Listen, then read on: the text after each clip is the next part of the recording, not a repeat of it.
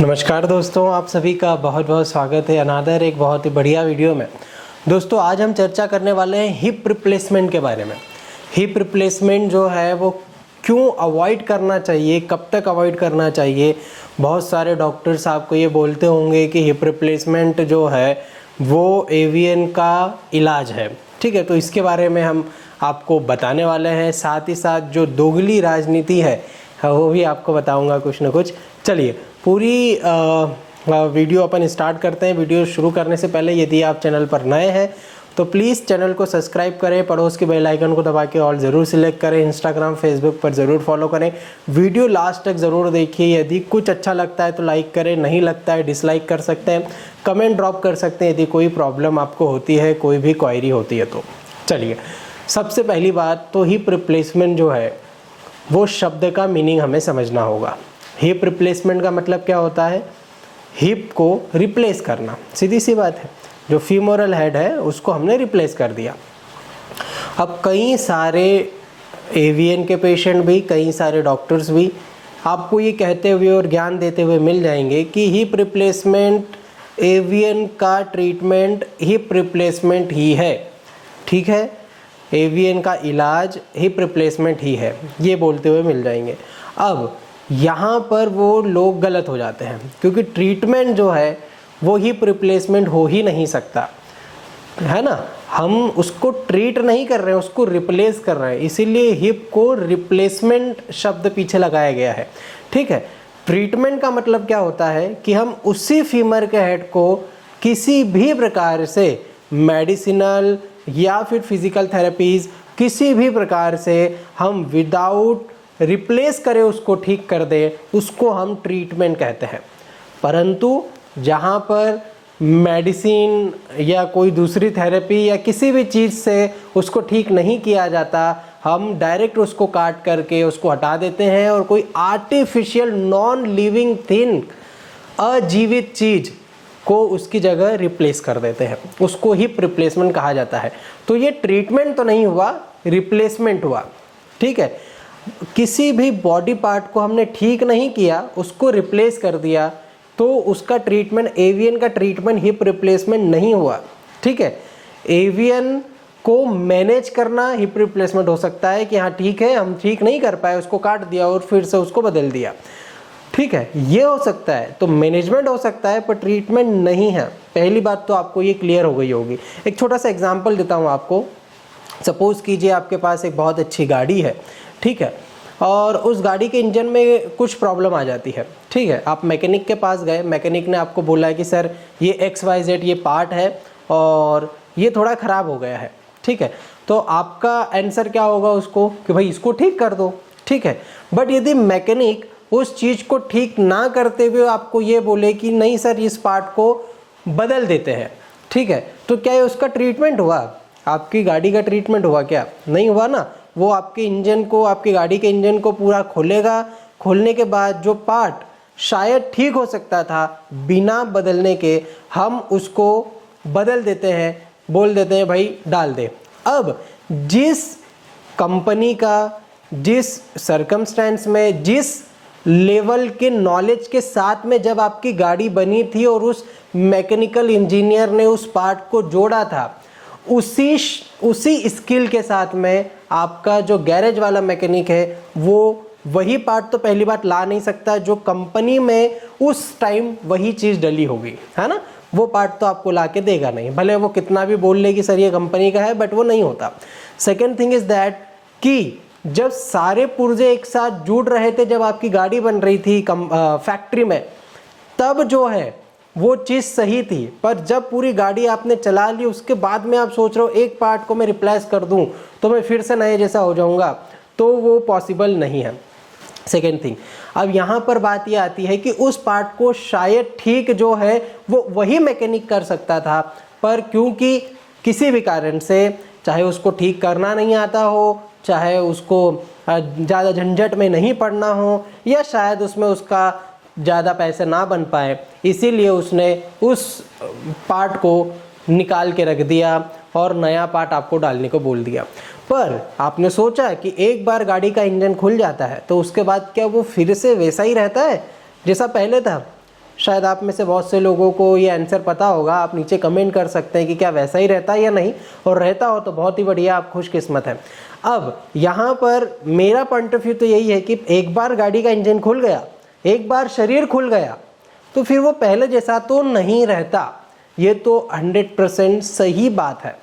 अब जो part company में से जब गाड़ी बन रही थी तब वो पार्ट की जो शुद्धता थी, वही शुद्धता आप बाद में उसको रिप्लेस कर रहे हैं तब मिल रही है क्या? नहीं मिल रही। इसको कोरिलेट एवियन के साथ हम कैसे करें कि जो हड्डी सड़ी हुई थी पार्शियली, वो हमारी खुद की हड्डी थी, ठीक है, वो बाय नेचर भगवान के द्वारा बनाई हुई थी, है ना, हम उसकी जगह सिरेमिक का बोल डाल देते हैं, ठीक है। आप कुछ भी डाल दो, मैं मेरे कितने ही पेशेंट्स को बोलता हूँ, आप सिरेमिक डाल दो, खूब पैसा है तो कुछ भी, कोई भी मेटल डाल दो, सोना चांदी प्लेटिनम जो भी आपको डालना है, ठीक है, डलता तो नहीं होगा पर डले तो देख लेना, तो कुछ भी डाल दो, पर वो आपकी हड्डी की जगह तो नहीं ले सकता। और ये कई सारे डॉक्टर्स भी बोलते हैं, ठीक है, कि आपकी जो नेचुरल हड्डी है उसकी जगह तो बिल्कुल भी नहीं ले सकता, क्योंकि ये नॉन लिविंग थिंग है भाई, है ना, कोई मेटेलिक चीज़ है, मैकेनिकल चीज़ है जो आपके अंदर डाल दी, बहुत बढ़िया लगेगा हिप रिप्लेसमेंट करवाने के बाद, लगना भी चाहिए, बट कितने समय तक, इसको आपने कभी सोचा, जाना? डॉक्टर्स भी वीडियो डाल देते हैं कई सारे, ये बिफोर का या आफ्टर का, तो ठीक है भाई, 5 साल बाद उस पेशेंट से मिल करके क्या आपने देखा है? 10 साल बाद क्या उस पेशेंट से मिल करके आपने देखा है कि उसको क्या परेशानियां आ रही है? कई सारे पेशेंट मेरे पास पोस्ट ऑपरेटिव केसेस वाले भी हैं दोस्तों, जिनको हिप रिप्लेसमेंट के बाद में इतनी ज़्यादा प्रॉब्लम आई हैं, पूछो मत, मतलब उनको पस पड़ने लग गया है, वो बेड से उठ भी नहीं सकते हैं, और जितनी कंडीशन हिप रिप्लेसमेंट के पहले थी उससे 10 गुना ज़्यादा बढ़ा करके लाते हैं, और ऐसी कंडीशन में हम भी कुछ नहीं कर पाते, क्योंकि जो नॉन लिविंग थिंग है अंदर, जो हिप आपको आर्टिफिशियल डाला गया है, उस पर फिर कोई भी किसी भी प्रकार की दवाई काम नहीं करेगी, क्योंकि वो मेटल है, ठीक है, ये नॉन लिविंग थिंग है ना, ठीक है। अब हम यदि इसको, ये गर्म होगा और हम इसको बुखार की दवाई दे तो काम करेगी क्या? कैसे करेगी? नॉन लिविंग थिंग है भाई, वो उसमें जान ही नहीं है। तो जब जिस चीज़ में जान ही नहीं है तो उसका कोई मेडिसिन कैसे वर्क कर सकती है? नहीं कर सकती। तो हिप रिप्लेसमेंट एवियन का ट्रीटमेंट नहीं है, उसका आप बोल सकते हैं कि मैनेजमेंट है केवल, है ना, उसको हम मैनेज कर रहे हैं केवल, ठीक है, उसको क्योर या ठीक नहीं कर रहे हैं। ऐसी कंडीशन जहाँ पे फीमर का हेड थोड़ा भी सड़ा होता है, वहाँ पर भी आपको डॉक्टर्स क्या बोल देते हैं कि हिप रिप्लेसमेंट करवा लो। मतलब मैकेनिक को पता है कि वो चीज़ ठीक हो सकती है, परंतु वो ठीक तो नहीं कर सकता, क्योंकि उसके पास इतना नॉलेज नहीं है।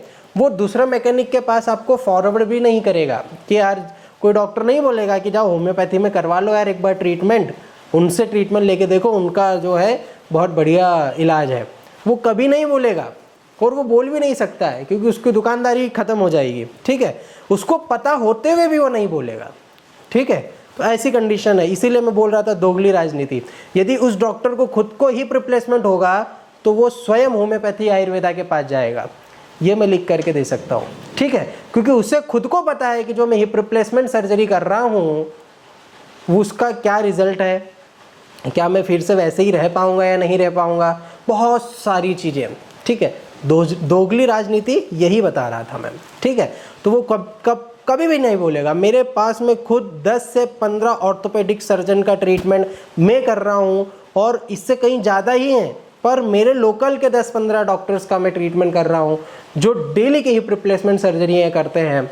और आप बात मानिए, उनको जब एवियन हुआ तो वो कतई 1% भी राजी नहीं थे कि वो हिप रिप्लेसमेंट करवाएं, इसीलिए वो मुझसे ट्रीटमेंट ले रहे हैं और उनको फ़ायदा भी है। पर जब उनके पास कोई पेशेंट आता है तो वो कभी नहीं बोलते कि डॉक्टर आकाश काले के पास जाके ट्रीटमेंट करवा लो, वो बोल ही नहीं सकते, है ना, क्योंकि उनके इथिक्स के खिलाफ है ना। वो अपने पेशेंट को किसी दूसरे पैथी के डॉक्टर के पास कैसे जाने देंगे? नहीं जाने देंगे। चलो जो भी है, सबकी अपनी अपनी चीज़ें हैं, अच्छी चीज़ें हैं। पर यहाँ पर मैं आपको ये बता रहा था कि हिप रिप्लेसमेंट एवियन का ट्रीटमेंट नहीं है, तब करवाएं जब फीमर का हेड पूरी तरीके से ख़त्म हो जाए, ठीक है। आपको 2nd ग्रेड है, 3rd ग्रेड है, क्यों करवा रहे हो भाई, ठीक है। बट ऐसी कंडीशन जहाँ पे फीमर का हेड पूरा ही चपटा हो गया, वहाँ पे रीग्रो का चांस ही नहीं है, तो आपको फिर मेडिसिन के चक्कर में पड़ना ही नहीं है, फिर आपको हिप रिप्लेसमेंट करवाना पड़ेगा।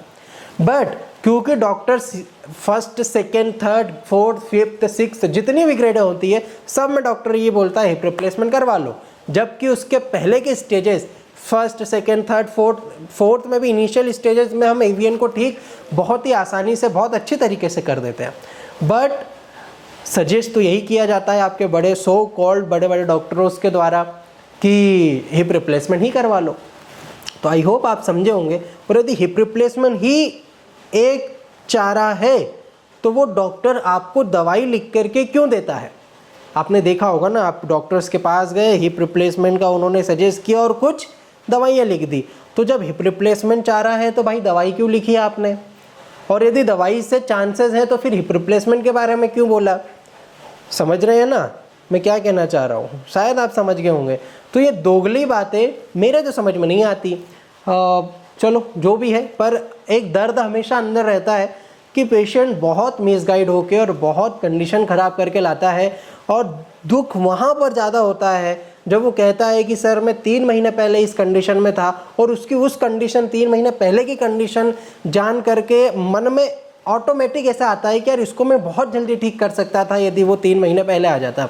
अब क्योंकि इतने सारे भटकाओं के बाद में और कोर डिकम्प्रेशन और पता नहीं कहाँ की बकवास सी सर्जरी करवा के हमारे पास आता है, तब जो है एक बहुत ज़्यादा दर्द होता है कि यार अब कैसे क्या होगा, अब कैसे इसकी हेल्प करूं, कैसे हम ट्रीटमेंट दें। बहुत ज़्यादा दर्द होता है दोस्तों, बुरा भी बहुत लगता है, बट हम क्या कर सकते हैं। चलिए जो भी है, बट एक अंदर से क्वेश्चन बहुत सारे लोगों के मन में उठते रहते हैं, उसका आंसर मैं देते रहता हूं। और अगेन हिप रिप्लेसमेंट मैनेजमेंट है एडवांस एवीएन के केसेस के लिए, वहाँ पे करवाना हो सकता है आवश्यक हो, पर इनिशियल स्टेजेस में आप बात करें तो कतई हिप रिप्लेसमेंट के बारे में मत सोचो। मैं हमेशा कहता हूँ सब जगह ट्रीटमेंट करवा लिया तो खूब से खूब क्या होगा, आपकी एवीएन की स्टेजिंग ही बढ़ेगी ना, और क्या होगा, फीमर का जो हेड है वही केवल सड़ता है, उसके पूरे शाफ्ट तक पूरी पैर की हड्डी नहीं सड़ जाएगी आपकी, ये दिमाग से निकाल देना।